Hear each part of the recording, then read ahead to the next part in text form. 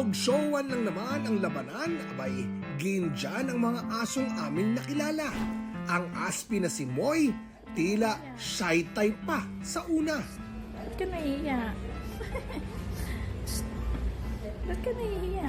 Pero palaban pala sa pogandahan. Katingin mo na. Kilay is life ang moto at ang blush on, pak na pak. Kwento ng uploader ng video, bibisitahin lang daw sana niya ang mga rescue pet na nakakonfine sa klinik nang maisipan niyang make-upan si Moy na tila mapanghusga raw tumingin. Tis ganda raw ang peg ni Moy. Kiss mami, kiss mami. Ito naman isa nating fur baby. May bias na fur parent. Super sweet. Pero when it's daddy's turn, Daddy. Daddy, kiss. Ba't ayaw mo? naku po, ayaw. Kiss mami. Ay, bait. Ay, bait. Si Mochi, certified mommy's girl. Pero pag wala naman daw si mommy, daddy's girl din si Mochi. Kaya rin naman palang i-kiss si daddy. Ito namang poodle sa Spain, may mabigat na responsibilidad.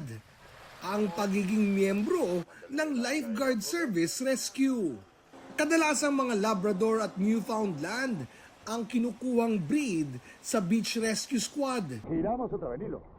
Pero wag ismolin ang 2-year-old standard poodle na si Nilo. Di man karaniwan, kayang-kaya naman niya ito dahil sa kakayahan at dedikasyon nito na kitang-kita sa training pa lang.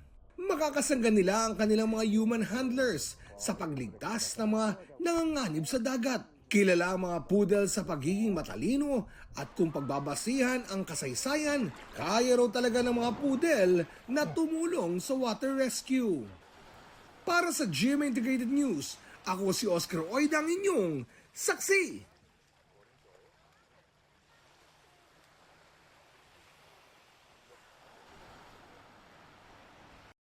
Mga kapuso, maging una sa saksi. Mag-subscribe sa GMA Integrated News sa YouTube para sa iba't ibang balita.